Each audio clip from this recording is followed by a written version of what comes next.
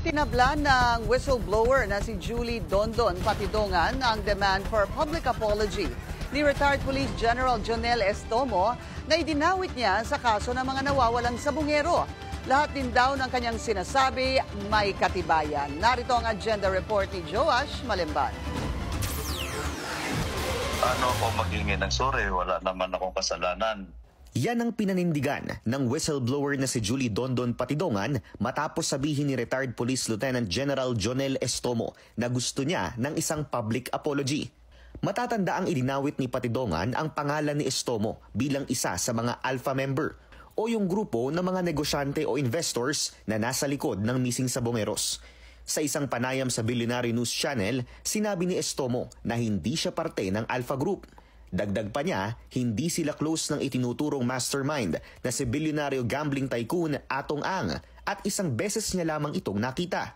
Unang-una, isang beses ko lang yan na-meet si Atong Ang. Wala ako sa kanyang koneksyon, hindi kami close.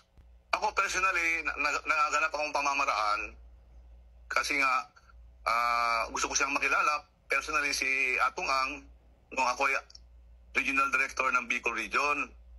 Ang reason ko is, una, nagpasalamat ako sa kanya sa mga tulong ng kanyang Pitmaster Foundation sa Region 5. Paglinaw ni Patidongan, wala siyang sinabi na direktang sangkot si Estomo sa missing sabongeros operation. Aniya, itinuturing na lubog na pangalan si Estomo dahil parte umano siya ng isang team sa loob ng Alpha Group. Ibig sabihin, posibleng hindi umano siya kasama sa pangkalahatang decision-making ng Alpha members. Pero kasama siya sa milyon-milyong pisong hatian bilang isang investor. Wala naman akong sinabing siya ang dumudukot. Ang sinabi ko lang sa kanya na membro siya ng Alpha. Lubog talaga siya. Ang nakalutang na pangalan, si Bernita Coy at saka si Lito Guerra. Para alam ng lahat, nagtaderby pa yan si General Estomo doon sa farm ni Lito Guerra noong January 28, 2023. Ayon sa isang mapagkakatiwalaang source, lubog ang tawag sa mga pulis na nagsasagawa ng isang covert o sikretong operasyon. Sa konteksto ng isabong, hindi umano direktang isinasama sa records ng Pitmaster sa Estomo. Dahil ipinagbabawal sa hanay ng PNP ang pagkasangkot sa kahit na anong uri ng sugal. Pinabulaanan din ni Patidongan na walang koneksyon si Estomo at si Ang dahil mayroon umanong betting stations ng isabong si Estomo. Isang bagay na mismong si Estomo rin ang nag-confirm sa Billionaire News Channel. Nakita ko rin yung opportunity, magandang hanap buhay yung online sabong. Yun lang ang ano ko, na magkaroon ko kasi nung time na yan, na nauso yung expansion ng online sabong, nagkaroon ng mga betting station.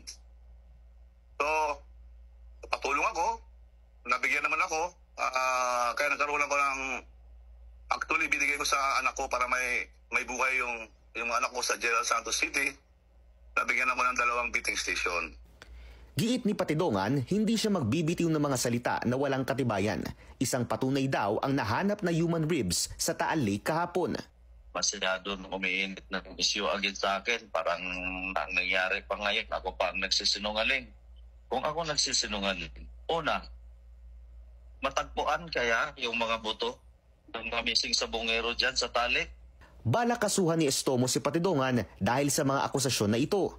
Sagot ni Patidongan. Kasuhan niya ako. Uulitin ko. Kung gusto niya na malinis ang pangalan niya, pala detector kaming dalawa kung sino sa amin dalawa nagsinungaling. Ayon kay Patidongan, malapit nang mabuo ang kanyang official affidavit at nakaamba na rin siyang magsampa ng formal na reklamo sa mga umano'y nasa likod ng missing sabongeros.